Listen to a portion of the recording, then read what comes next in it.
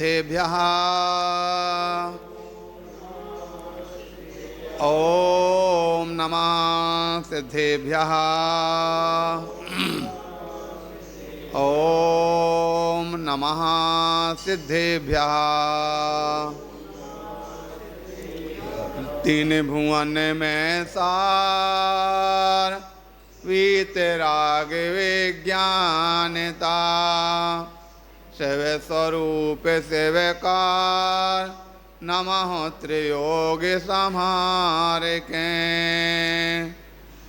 गुरुवः पांतनो नित्यं ज्ञान दर्शन नायकः चारित्राणो गंभीरा मोक्ष मार्गोपदेशिकः।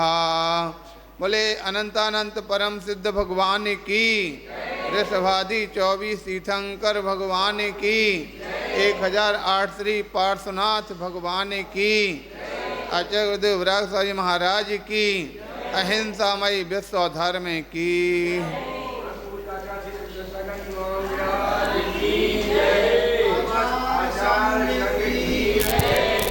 प्यारे बंधो, अपने यहाँ चर्चा चल रही थी मोक्ष मार्ग की।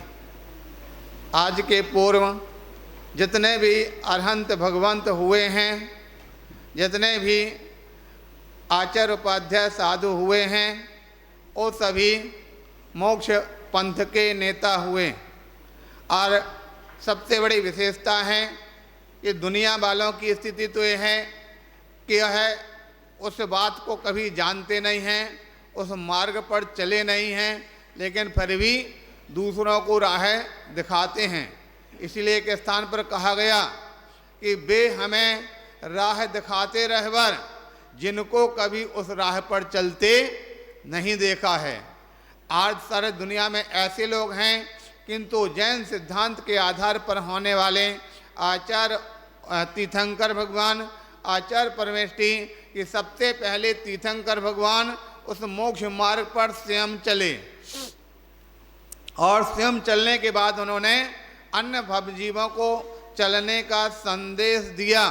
तो आचार्य उपाध्याय साधु स्वयं उस मार्ग के राही बन करके चलते हैं, तभी सारी दुनिया को उनका वह सार बताया करते हैं।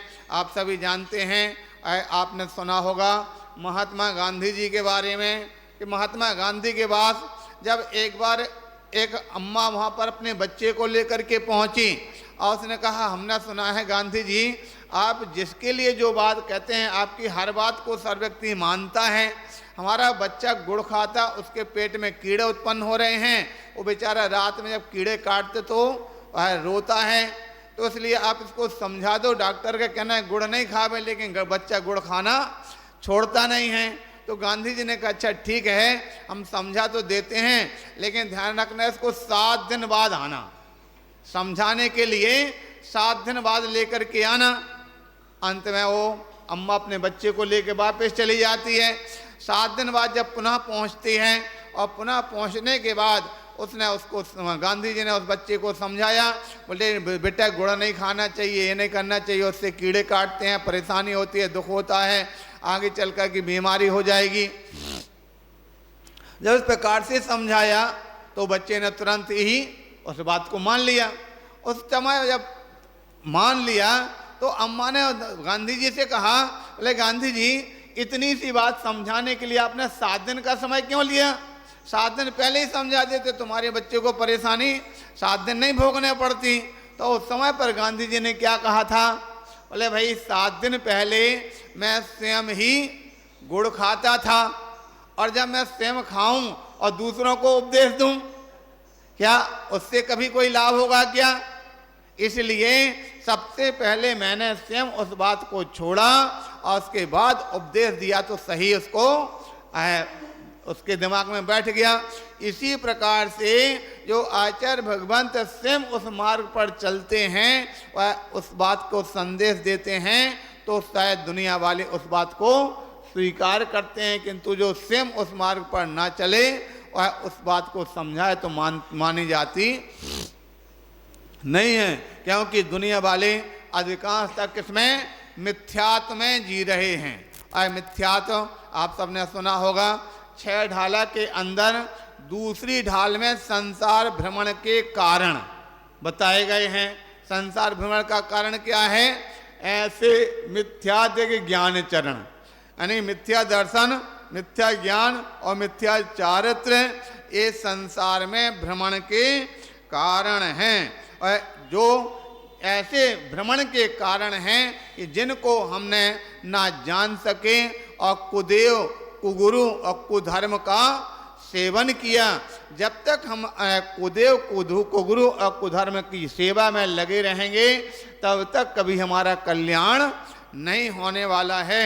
इसलिए यहाँ पर हमको उन सब कुदेव इत्यादि की क्रिया को छोड़ करके और सुदेव की क्रिया में लगना है।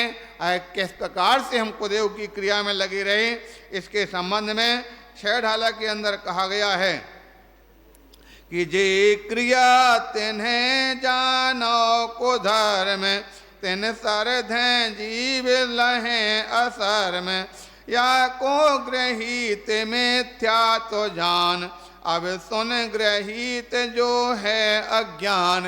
यानी जो कुदेव इत्यादि की क्रिया हैं उनको कुधर्म जानो, और तेन श्रद्धे जीव लहें असर्म, जो जीव उनमें श्रद्धा करते हैं वो असर्म, असर्म का तात्पर्य होता है दुख, है सुख प्राप्त कर सकते नहीं हैं। या को गृहीत मिथ्यात जान, बस इसको गृहीत मिथ्यात जानो।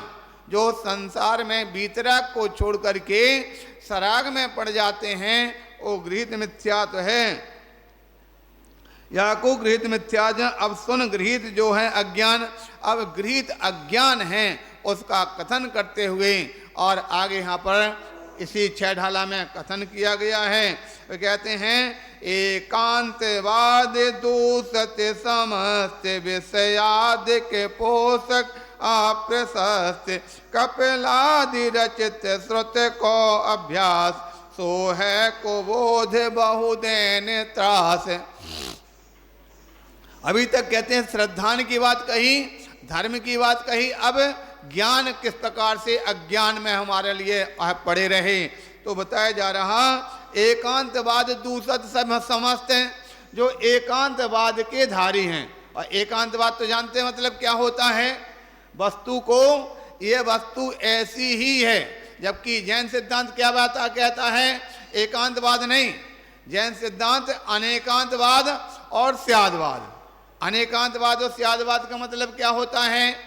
स्यादवाद तो है शैली, स्यादवाद तो जो अपेक्षा से कथन किया जाता है वो तो क्या कहा जाता? स्यादवाद। और जो वस्तु में अनेक गुण होते, यहाँ पर बैठे हैं भाई, आपका नाम क्या? नाम क्या? देवेंद्र कुमार जी। बोले देवेंद्र कुमार जी हैं, ये देवेंद्र कुमार क्या हैं? पिता हैं, है कि नहीं? और पुत्र भी हैं, है कि नहीं? भाई हैं, है कि नहीं? मित्र भी हैं। ये सब एक व्यक्ति इतने सारे कैसे हो गए? पिता भी हो जाए, पुत्र भी हो जावे। बोले हाँ, जहां पर पुत्रों की अपेक्षा पिता हैं और पिता की अपेक्षा पुत्र भी हैं, जहां अपेक्षा से कथन किया जाता है इसको तो बोलते हैं स्यादवाद। और इनके पास अनेक गुण जो हैं, कभी हो सकता अभिषेक करने लग गए भगवान का तो पुजारी बन गए, घर पे जाते हैं अगर जरूरत पड़ गई दुकान चलाने लग गए तो सेठ जी बन गए, घर पे अंदर घर रसोई में पहुंच गए, चाय बना करके नाश्ता तैयार करने लग गए तो रसोईया भी बन गए। हो सकता कहीं समाज की कमेटी में मीटिंग में अध्यक्षता करने लग गए तो अध्यक्ष भी बन गए। ये सारे गुण इनके अंदर है कि नहीं? इनके अंदर वो योग्यता है कि नहीं? ये सारी योग्यताएं होना, इसका नाम क्या होता है? अनेकांत। तो ऐसा तो नहीं माना, बोले नहीं ये तो देवेंद्र जी हैं और कुछ नहीं हो सकते हैं। जहां ऐसा मान लिया तो एकांतवाद हो जाता। ऐसे एकांतवाद दूसरे से समझते विषयादिक पोषक अप्रशस्त है, और जिसमें विषयों का पोषण किया गया है, आत्मा को तो बिल्कुल नहीं जाना, संसार के इंद्रियों के विषयों की ही जिसमें कथनी बताई गई है। ऐसे जो अप्रशस्त अर्थात सही शास्त्र नहीं है। और एका कहते हैं कपिलादि संरचित, जो कपिल इत्यादि के द्वारा रचे गए हैं। ऐसे शास्त्रों का अभ्यास करना, शास्त्रों का पठन करना, कहते हैं सो है कुबोध बहुदैन्यता। उनके द्वारा जो सिखाया ज्ञान है वो कैसा है? कुबोध है, कुज्ञान है और अनेक प्रकार के कष्टों को देने वाला है। ऐसे शास्त्रों का भी अभ्यास करना, ऐसे शास्त्रों को भी पढ़ना, जह शास्त्र के आधार पर भगवान महावीर स्वामी ने निषेध बताया गया है। और आगे इसलिए कहते हैं ऐसे शास्त्रों को हटा करके फिर क्या करना? तो आगे कहा जाता है जो ख्याति लाभ पूजादि चाहे, धरे करन विविध विध देह दाह, आत्म अनात्म के ज्ञानहीन, जे जे करनी तन करण छीन। और कहते हैं अगर मिथ्यात्व में पढ़ करके सम्यक दर्शन प्राप्त नहीं किया और आपने जो जो भी क्रिया की, चाहे वह सम्यक चारित्र की क्रिया हो और चाहे सम्यक तप के चारित्र क्रिया हो या तप क्रिया हो, अगर आपने ख्याति लाभ पूजा की अपेक्षा से कार्य किया कि हमारा ख्याति हो जाए, हमारे लिए लाभ हो जाए, हमारा नाम हो जाए, ख्याति लाभ पूजादि चाहे, धरे करण विविध विध देह जाए, और अनेक प्रकार से कष्ट सहन किया, कभी उपवास किए, कभी अनेक प्रकार से और साधना की, कभी तपस्चरण किया, कभी और बहुत बड़े बड़े प्रभावना के काम किए, किंतु अगर उसमें नाम और ख्याति की अगर आपकी चाह है तो आपने अनेक प्रकार से जो भी कष्ट सहन किया उससे कुछ भी लाभ होने वाला नहीं है। जैसा कि आप सभी जानते हैं, जो कहते रावण वह बहुत बड़ा भक्त था, बहुत बड़ी सिद्धि थी उसके पास में, लेकिन सिद्धि काय के लिए करी थी उसने? एकमात्र नाम के लिए और लाभ के लिए। हमारा नाम चल जाए, हमारे लिए अनेक प्रकार का लाभ प्राप्त हो जाए। ऐसा आत्म अनात्म के ज्ञानहीन, जिसके लिए आत्म और अनात्म यानी शरीर का भेद विज्ञान प्राप्त नहीं है, जे जे करनी तन करण चिन्ह, उनके द्वारा की गई जो भी करनियां हैं, जो भी कार्य हैं, वो मात्र शरीर को ही दुख देने वाले हैं, शरीर को क्षीण करने वाली हैं, उससे आत्मा का कुछ कल्याण होने वाला नहीं है। और भी इसी 6 ढाला की दूसरी ढाल के अंतिम काव्य में कहा गया, ते सब मिथ्याचारित्र त्याग, अब आत्म के हित पंथ लाग, जग जाल भ्रमण को देहु त्याग, अब दौलत निज आत्म सुपाग। और आप आगे कहा जा रहा, ते सब मिथ्याचारित्र त्याग, अर्थात मिथ्याचारित्र की जो भी क्रियाएं हैं, और मिथ्याचारित्र की क्रियाएं कौन सी कहलाएंगी? तो आचार्य भगवंतों ने जैन सिद्धांत के अंदर 5 व्रत बताए हैं। 5 व्रत कौन से हैं? अहिंसा व्रत है, सत्य व्रत है, अचौर व्रत है, ब्रह्मचार्य व्रत और अपरिग्रह व्रत है। ये 5 व्रतों को छोड़कर इनके विपरीत में 5 पाप की क्रिया वर्धनी अगर आपने क्रिया की है तो समझ लो वह आपके लिए वह दुखदायी है। इसलिए पापों की क्रिया को छोड़ करके और आत्मा के हित कार्य जो क्रियाएं हैं उनको करना चाहिए, क्योंकि इस जग जाल भ्रमण को देहो त्याग, इस संसार भ्रमण के कारण है, इसलिए उनको त्यागो। और अब दौलत निज में प्रपाग, अर्थात हे दौलत राम जी अपने आप को संबोधन देते हुए कह रहे हैं, यहाँ पर बैठे जितने भी आत्म राम हैं सभी आत्म राम के संदेश है कि हे भव्य जीवो, तुम मिथ्या दर्शन, मिथ्या ज्ञान, मिथ्याचारित्र को छोड़ करके अपने आत्मा के स्वरूप में लीन हो जाओ, तब तो तुम्हारा कल्याण होगा। अगर तुमने कहीं अपने व्रतों को धारण तो नहीं किया, पापों में लग गए तो गई भैंस। ठीक है कि नहीं? एक घटना के माध्यम से अपनी बात समाप्त करते हैं। एक बार एक भक्त भगवान के पास पहुंचा, बोले भगवान हम बहुत दुखी हैं, हमारे लिए सुख का रास्ता बताओ।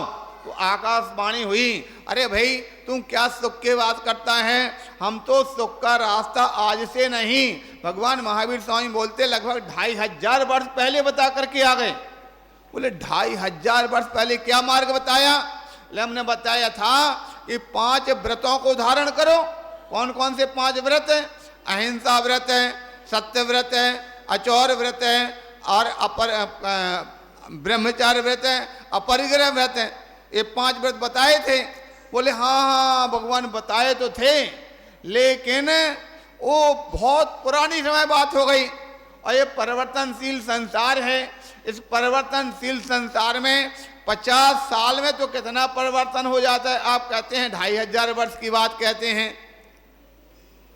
आप देखते हैं भैया जी बैठे हुए हैं, देखो धोती दुपट्टा पहने।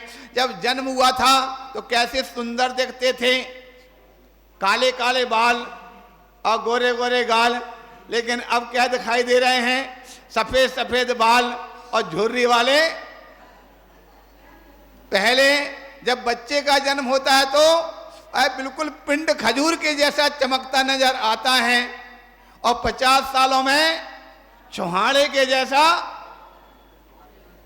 झुटमुट वाला दिखाई देने लगता है। जब 50 साल में हुजूर इतना बड़ा परिवर्तन हो सकता, तो भाई 2500 सालों में अगर तो कोई छोटा सा परिवर्तन हुआ तो उसकी क्षमा चाहते हैं। बोले भगवान आपने जो 5 व्रत दिए थे, उन 5 व्रतों में थोड़ा सा परिवर्तन हो गया, उसको क्षमा करो। क्या परिवर्तन कर दिया? सबसे पहले जो आपने अहिंसा व्रत दिया था, उस अहिंसा के आ को हमने निकाल लिया। क्या बचा? अहिंसा में आ निकल जाएगा तो चारों तरफ देखो क्या हो रहा। चारों तरफ हिंसा ही हिंसा का बोलबाला है।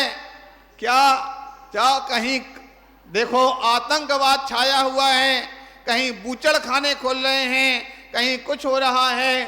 चारों तरफ हिंसा का जोर नजर आ रहा। भगवान आपके अहिंसा के आ को निकाल दिया। बोले हमने किसी को दिया नहीं। क्या किया? उसको आपका जो दूसरा सूत्र है ना, कौन सा है? सत्य। सत्य के आगे लगा दिया। क्या बन गया? सत्य के आगे लगाएंगे तो क्या बन जाएगा? असत्य। पहले कभी था कि व्यक्ति सत्य के नाम पर अपनी जिंदगी दांव पर लगा देते थे, अपने परिवार को दांव पर लगा देते थे। सत्य के नाम पर अपने आप को मर मिटते थे, फांसी पर सूली पर चढ़ जाते थे, लेकिन सत्य को नहीं खोते थे। लेकिन आज हमको लगता सत्यवान दुनिया में ढूंढने पर भी नहीं मिलता है। सुबह से लेकर शाम तक हजारों झूठ बोलते हैं और यहां तक कि आजकल तो झूठ का त्योहार भी बना दिया। इस प्रकार से सत्य के आगे लगा दिया भगवान, असत्य का चारों तरफ बोलबाला हो रहा। हम कई बार बोलते हैं आज की दुनिया में देखा जाता है सांचे का मुंह काला और झूठे का बोलबाला, ये चल रहा है। तीसरे नंबर का सूत्र कौन सा था? अचौर। अचौर यानी चोरी नहीं करना। भगवान आपके अचौर का भी आ निकाल करके अलग कर दिया। क्या हो गया? आज चारों तरफ चोरी के कितने कितने प्रकार के लोगों के पास में एक्ट प्राप्त हो रहे हैं। वैसे नहीं प्राप्त है तो आजकल वर्तमान में जो वर्तमान की मीडिया ने अनेक प्रकार की फिल्मों के माध्यम से, सीरियलों के माध्यम से कैसे कैसे चोरियां करना है, चोरी प्रैक्टिकल में दिखाते हैं। लोग उसमें अच्छाई तो ग्रहण नहीं करते और बुराई जरूर ग्रहण करते हैं। ये बात सत्य है, जिसकी जो चीज में रुचि हो वही तो ग्रहण करेगा। चोर जो होते हैं और चोर चोरी का तरीका देखते हैं और सज्जन चोरी से बचने का तरीका खोजते हैं। तो आज अचौर के आ को निकाल दिया और कहां पर चौथा कौन सा सूत्र है? ब्रह्मचर्य, उसके आगे लगा दिया। क्या हो गया? अब्रह्म हो गया। आज के समय में कितना अब्रह्म चल रहा है। अब्रह्म के नाम पर पहले एक समय था जबकि अपने भारत देश में मर्यादा चलती थी। महिलाएं सिर ढाक करके चलती थी, पुरुष वर्ग सिर पर टोपी लगा करके चलते थे, कुर्ता पजामा इत्यादि पहन करके चलते थे। लेकिन आजकल लोगों ने सारी मर्यादाओं को, पुरुष वर्ग भी अपना कच्छा पहन करके, कट्टा पहन करके और कहीं भी निकल पड़ते हैं। महिलाओं के भी पहले जो साड़ी इत्यादि पहन करके सिर ढक करके चलती थी, आजकल हमको लगता है टी शर्ट और जीन्स अथवा वो भी हाफ पैंट पहन करके निकलती हैं। महिलाएं भी हैं, लड़कियां हैं, इतनी बड़ी बड़ी उम्र होने पर ऐसी वेशभूषा पहन करके निकलती हैं कि लोगों जो देख करके सज्जन लोग शर्मा जाते हैं, लेकिन पहनने वालों को शर्म नहीं आती हैं। जब इस प्रकार की ड्रेस को पहन के निकलती हैं तो मन चले कुछ जो लोग हैं तो वो कोई सीटी बजाता है और कोई कमेंट्स करता है, लेकिन फिर भी अपना मुंह नीचे करके निकल जाती हैं। प्यारे बंधु, अभ्रम अगर बढ़ रहा तो इसी वेशभूषा के कारण से बढ़ रहा। एक घटना में एक बार क्या हुआ, एक कोई लड़की को किसी लड़के ने छेड़ दिया, उसको जब प्रकार से छेड़ा तो लोगों ने लड़के की पिटाई की, मार पिटाई करके उसको थाने में भेज दिया। उसके ऊपर केस चला। जब केस चलता है उस समय लड़की को बुलाया और लड़के से पूछा कि लड़की को पहचानता? वो लड़के ने कहा नहीं, हम इसको नहीं जानते हैं। बीच में काफी अंतराल हो गया था, उनको वापस छोड़ दिया। अच्छा ठीक है जाओ। 15 दिन बाद पुनः फिर से उनकी पेशी रखी गई। 15 दिन बाद लड़का जब चला गया, लड़की से कहा जिस प्रकार के ड्रेस में जो कपड़े तुम उस दिन पहन रहे थे वही कपड़े पहन करके आना।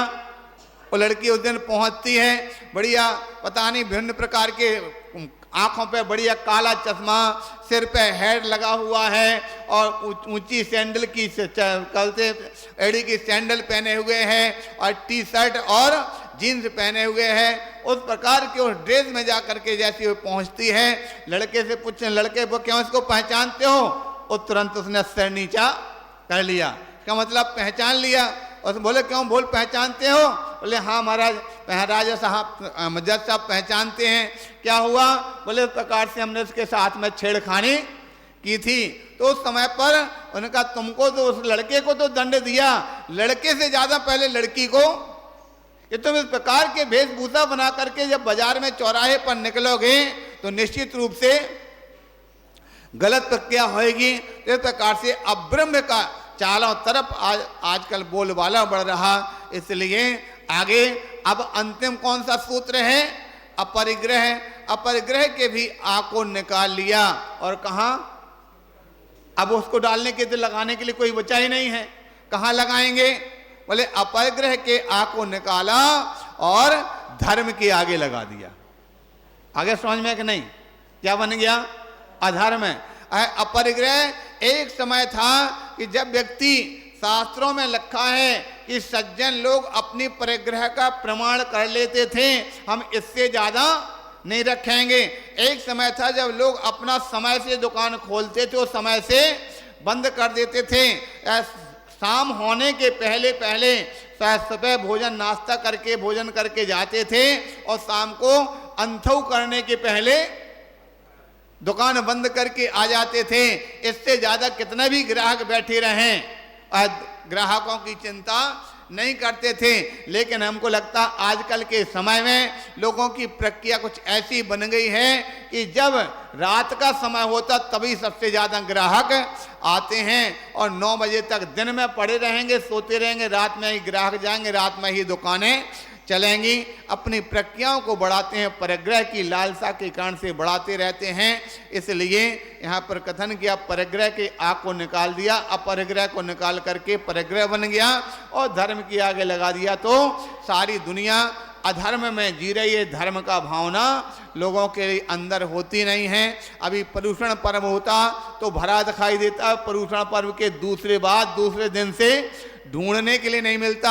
अभी हम लोग पर्यूषण पर्व चल रहा था, रोजाना भैया वृत्ति करने वाले हमको लगता 10, 15, 20 आते थे, लेकिन जिस दिन से पर्यूषण समाप्त हुआ उस दिन के दूसरे दिन से तीसरे दिन से सारे गोल हो गए। अब एक भी व्यक्ति शाम को झांकने के लिए नहीं आते हैं। ध्यान रखना, ये क्या बोलते वो मौसमी जैसे काम चलता नहीं है। अपना हमेशा काम वास्तविकता में निरंतरता होना चाहिए। जैसे कि यहाँ पे अभिषेक करता बैठे हैं, रोजाना नियम से पर्यूषण पर्व है जिसको आप सभी जानते हैं। श्रावक कैसे 5 प्रकार के होते, कौन कौन से? सदैया यानी सदैव धर्म के भावना रखना। ये यहाँ पर बैठने वाले सब लोग सदैया हैं। दूसरे भदैया, जो मात्र भादों के महीने में आते हैं, तीसरे दसैयाँ जो मात्र 10 दिन के लिए आते हैं, चौथे इकैयाँ मात्र 1 दिन कलश के दिन आते हैं, और अंत में 5वें होते हैं लड़ैया मरैया, जिस दिन मीटिंग होती है उस दिन आते हैं। आगे समझ में कि नहीं? ऐसे श्रावक, वास्तविक अगर श्रावक बनना है तो कैसे? जैसे ये बैठे हुए हैं, प्रतिदिन समय से भगवान का अभिषेक पूजन करना, और उसके बाद अपने आप को चलाना, इस प्रकार से करेंगे तो हमारे जीवन में कल्याण का मार्ग प्रशस्त होगा, हम संसार से मुक्ति के मार्ग को प्रशस्त कर पाएंगे। बोलिए 1008 श्री आदिनाथ भगवान की।